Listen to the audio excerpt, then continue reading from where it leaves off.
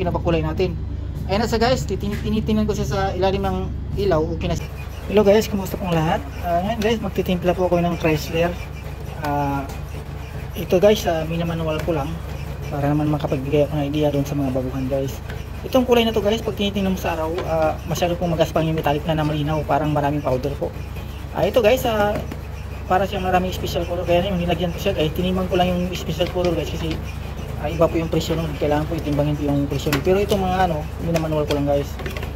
Pag naglagay ako ng powder guys, pag sa tingin ko na kailangan, tinitimbang ko guys kasi iba kasi yung presyo nun. Kaya ito guys, load na ko na load hanggang maidikit yung kulay para mamaya pag maidikit na ay i-spray natin. Ang order po pala ng customer guys ay 1,250 ml yung order niya guys, 1 litro at saka 250,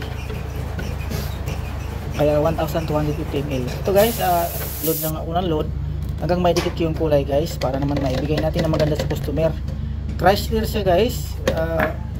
Yung kulay niya guys parang special color, kaya ito nilagyan ko ng powder para naman humawig yung kulay natin kasi pag hindi natin lagyan ng powder hindi po talaga natin makukuha guys. Kailangan po talaga yung anong hinihingi ng kulay ibibigay natin.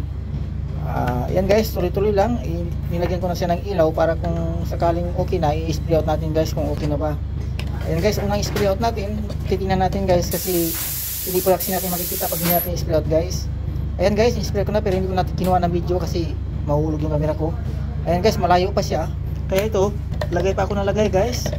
Lagay pa ako na lagay hanggang maidikit yung kulay. Adjust pa ng adjust bago ko i-spray out muli para naman lumikit doon sa pangalawa guys. Ito guys, ito yung sa pangalawang spray out natin.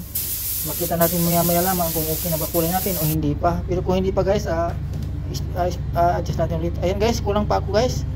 Kulang pa ako sa ano pa ako guys, madilaw pa ako. Ayan guys, kitang kita pa naman eh. Ayan guys, adjust pa tayo ng adjust para maidikit natin yung kulay.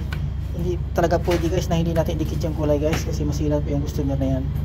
Ayan guys, tuloy-tuloy lang hanggang maidikit. Kung ano po yung nakikita ko sa kulay na yun ang kapag padikit, yun ang nilulot ko guys para naman dumikit agad yung kulay natin. Medyo makunat-kunat talaga tong kulay nito guys. Kailangan yung harap at saka shade, hahabulin mo guys. Hindi pwede yung harap lang, shade naman yung hindi pwede guys, di obra yun.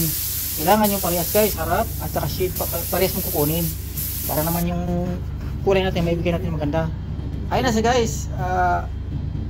guys, alanganin pa rin, alanganin pa siya guys, pero ayun, medyo dikit na siya guys, pero alanganin pa para sa akin. Pero adjust pa tayo na adjust guys hanggang may dikit natin guys. Para naman yun, nagdagdag pa ako ng powder kasi yun talaga hinahanap niya guys, powder para naman luminaw yung harap niya. Ito guys, tuloy-tuloy lang hanggang may dikit natin. Ito yung pang-apat na spray out natin guys. Ito na yung pang-apat na spray out. Titingnan natin kung sa pang-apat na ito kung okay na ba kulay natin. Ayun na siya guys, tinitingnan ko siya sa ilalim ng ilaw. Okay na siya, yan, maganda na siya guys, tumama yung adjust ko. Tapos titingnan natin yan sa araw guys kung okay rin ba sa araw. Ayan sa araw guys, yan po yung sa araw. Pwede na po siyang ibigay sa customer guys. Maraming salamat po sa inyong lahat sa patuloy na nanonood ng aking upload tutorial video tungkol po sa pagtitimpla ng pintura. Maraming salamat po sa inyong lahat guys.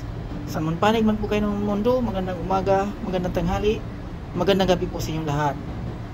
Shout out po sa mga followers ko at sa mga beginner na mixer na mahilig po magtimpla ng pintura. Maraming salamat po sa inyong lahat.